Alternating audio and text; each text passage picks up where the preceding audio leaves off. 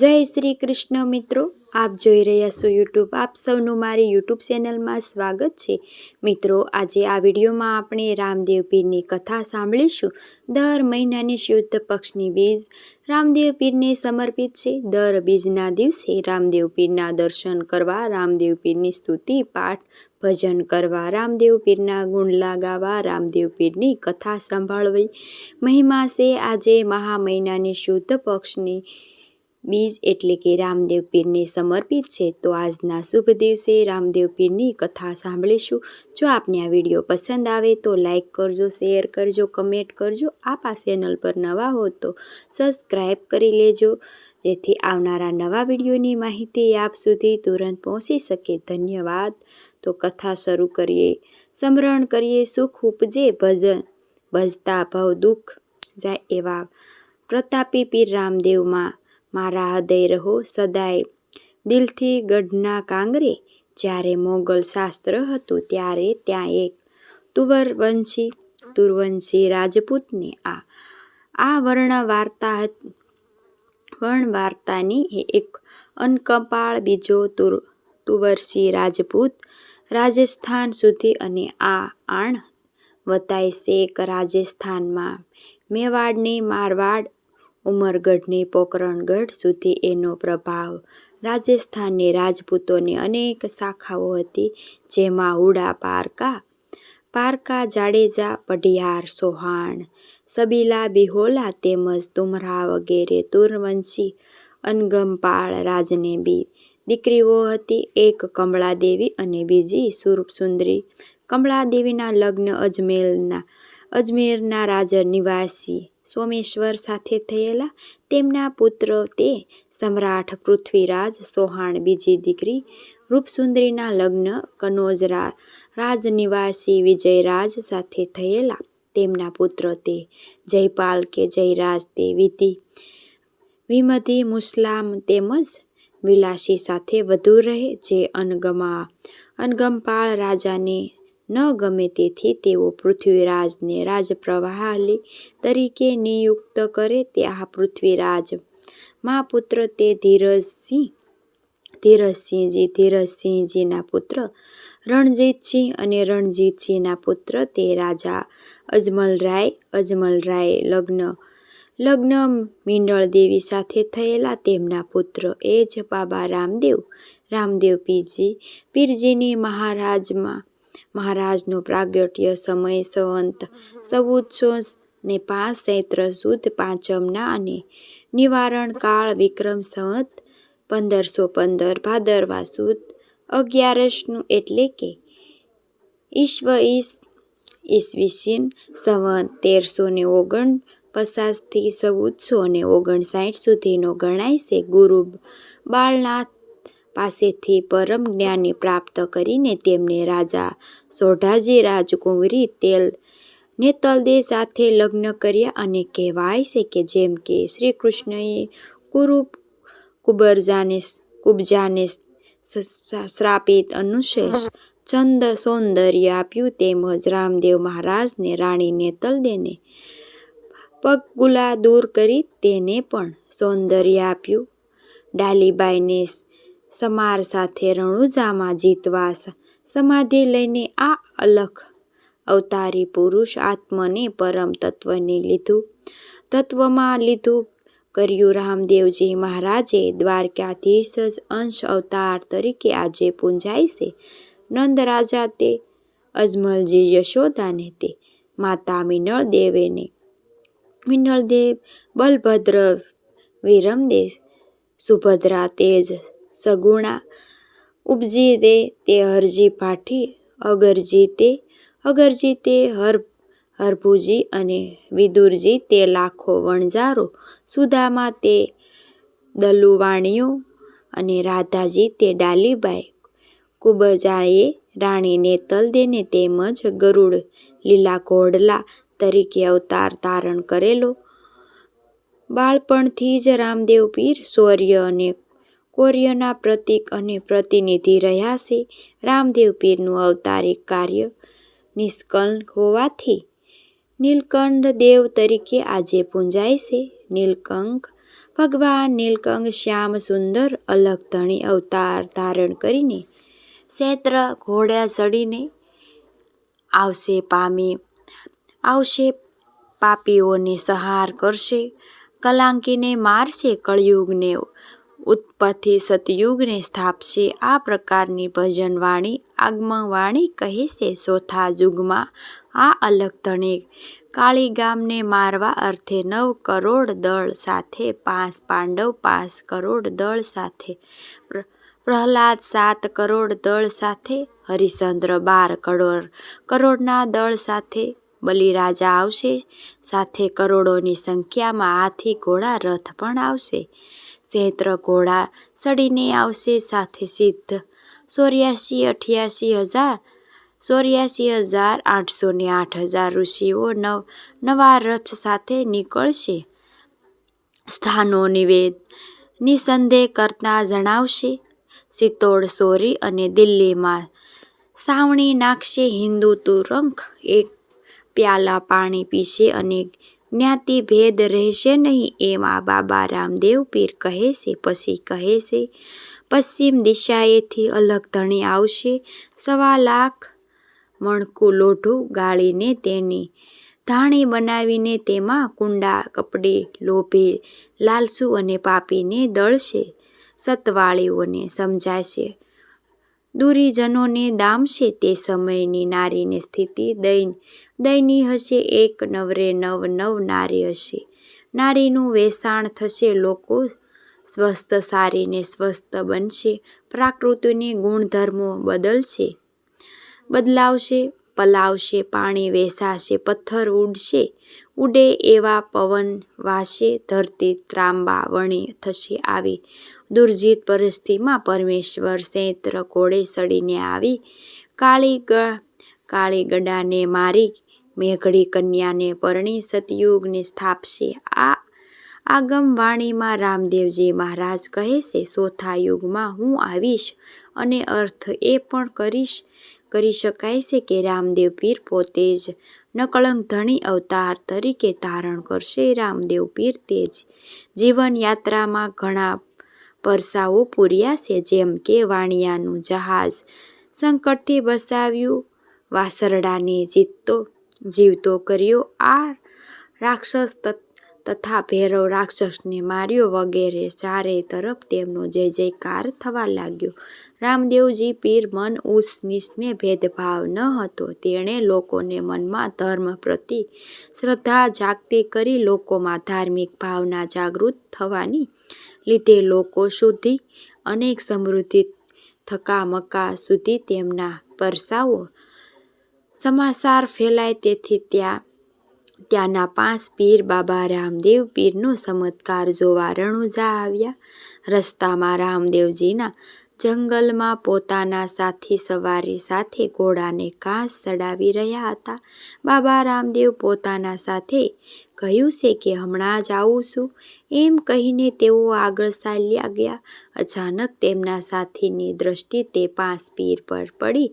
આ 5 પીરને વિશેષ ભૂષા અને લંબાઈ પહોળાઈને જોઈને ગભરાઈ ગયા અને દોડતા રામદેવજી તેની પાસે આવીને કહેવા લાગ્યા, હે પ્રભુ, 5 મોટા વિચિત્ર પ્રાણીઓ આવ્યા છે.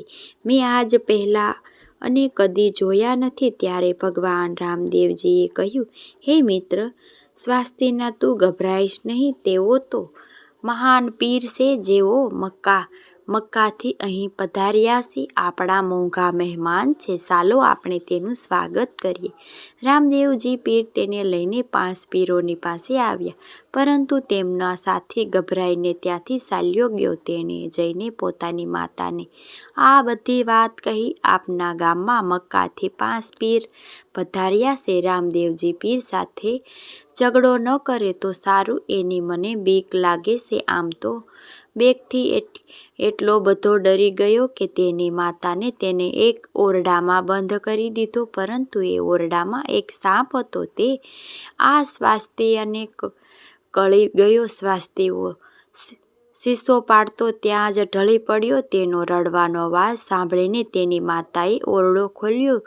જોયું તો સ્વાસ્થ્ય મરેલો પડ્યો હતો. તે જોઈને તેની માતા ભારે જોરથી કલ્પાન કરવા લાગી. આ બાજુ પાસ પીરો રામદેવજી પીરને પૂછે છે કે ભાઈ, રણુજા શહેર અહીં કેટલું દૂર છે? અમારે રામદેવ પીરને મળવું છે. ત્યારે રામદેવજી બોલ્યા કે આ સામે જે ગામ દેખાય છે તે રણુજા છે અને હું પોતે જ રામદેવ પીર છું. આપ લોકો ક્યાંથી પધાર્યા છો? કહો, મારા લાયક જો કાંઈ કામકાજ હોય તે હું આપ સૌની સેવા કરી શકું છું. પીરોને વિશ્વાસ ન આવ્યો કે આ શાહી વેશભૂષાવાળો જરા રામદેવ પીર હોઈ શકે. પોતાની શંકાના સમાધાન માટે પીરોએ પૂછ્યું કે શું આપ જ રામદેવ પીર છો? આ સાંભળીને રામદેવજી બોલ્યા, હું જ પીર છું? નહીં, હું જાણતો નથી, પરંતુ મારું નામ રામદેવ પીર જરૂર છે. તેમ છતાં પણ પીરોની શંકા દૂર થઈ નહીં. તેમણે રામદેવ પીરના નામનો પીર રહે છે? એમણે ફરીથી પૂછ્યું કે રણુજા શહેરમાં કોઈ બીજો રામદેવ પીર નામનો પીર રહે છે? ત્યારે રામદેવજી બોલ્યા કે રણુજામાં તો કેવલ હું જ એક રામદેવ પીર છું. ત્યારે પીરોએ કહ્યું, અમે તો આપની સાથે ધર્મની ચર્ચા કરવા માટે આવ્યા છીએ, પરંતુ આપ તો ઘોડા ચરાવનારા છો. આપ ધર્મના વિષયમાં શું જાણો છો? ત્યારે રામદેવજી બોલ્યા કે ઈસુ ખ્રિસ્તી પણ ઘેટા બકરા ચરાવતા હતા અને હઝરત મોહમ્મદ પૈગર સાહેબ પણ ઊંટ રાખતા હતા અને તેને ચરાવતા હતા. આપે એમ કેવી રીતે માની લીધું કે ઘોડા રાખનાર ધર્મને શું જાણે? પોતાના ઘોડાની જીભ ઉતારી આસન પાથરીને રામદેવજી પીરે 5 પીરોને બેસવા આસન આપ્યું. પીરોએ પીપળાના ઝાડની 5 દાણ તોડી દાંત સાફ કર્યા પછી તેને જમીનમાં દાટી દીધા. 5 દાણ 5 પીપળાના ઝાડ બની ગયા. આ રીતે 5 પીરોએ 5 પીપળી ઉગાડી ચમત્કાર કરી દીધો. આ પ્રથમ ચમત્કાર પીરોએ રામદેવ પીરને બતાવ્યો. ત્યારે પછી 5 પીરોએ ગાડા પર સવાર થઈને રણુજા શહેર તરફ ચાલી નીકળ્યા. તેની પાછળ રામદેવ પીર પણ પોતાના ઘોડા પર બેસીને ત્યાં જવા રવાના થયા. તડકો ખૂબ જ પડતો હોવાથી પીરોએ પોતાના ચમત્કારથી એક ચાદરને આકાશમાં ઉંચકાવીને પોતાના પર છાયા કરી દીધો. એમ તો બીજો ચમત્કાર હતો. હવે રામદેવજી પીરે સુદર્શન ચક્રથી આખી ધરતી ઉપર છાંયડો કરી દીધો. તેમ છતાં પણ અભિમાની 5 પીર રામદેવ પીરની શક્તિને ઓળખી શક્યા નહીં. એટલા માટે સ્વાસ્થ્યની માં રડતી રામદેવજીના શરણમાં પડી બોલી કે હે પ્રભુ, આપના મિત્ર સ્વાસ્થ્યને સાપે ડંખ માર્યો છે. આપ તેના પ્રાણની રક્ષા કરો. આ સાંભળીને રામદેવજીએ 5 પીરોને સાથે લઈને સ્વાસ્થ્યના ઘરે ગયા. તેમને 5 પીરના પ્રાર્થના કરી કે આ મારો મિત્ર છે, આપ તેને જીવતો કરી દો. આપની અમારા સૌ પર ભારે કૃપા થશે. આ સાંભળીને પીરો અટકી ગયા અને બોલ્યા કે અમારી પૂજા સામગ્રી તો મક્કામાં જ રહી ગઈ છે. નહીં તો આને જીવતો કરવો એમ અમારા માટે બહુ મોટી વાત નથી. આ સાંભળીને રામદેવજી આગળ વધ્યા અને સ્વાર્થી હાથમાં પકડી બોલ્યા, હે મિત્ર, આવી ઘોર નિંદ્રામાં સૂતો છો? આજે કંઈ સૂવાનો સમય છે?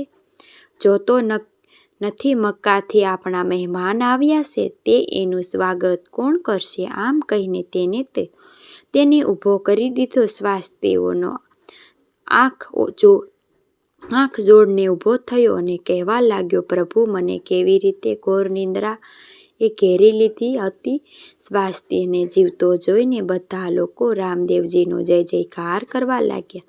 5 પીરો કહેવા લાગ્યા કે મરેલાને જીવતો કરવો એ કોઈ મોટો ભારે ચમત્કાર નથી, આ તો અમારા ડાબા હાથનો ખેલ છે. પછી રામદેવજીએ કહ્યું કે આપ અમારા મહેમાન પધાર્યા.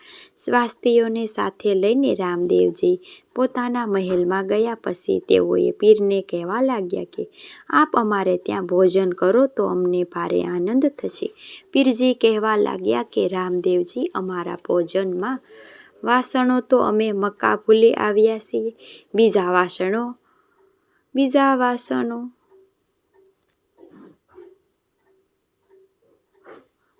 વાસણો કેવી રીતે મંગાવશું? તેઓ તે પીરને કહેવા લાગ્યા કે આપ અમારે ત્યાં ભોજન કરો ત્યારે અમને ભારે આનંદ થશે. કહેવા લાગ્યા, વાસણો એમ મક્કા ભૂલી આવ્યા છીએ, બીજા વાસણોમાં અમે ભોજન નથી કરતા.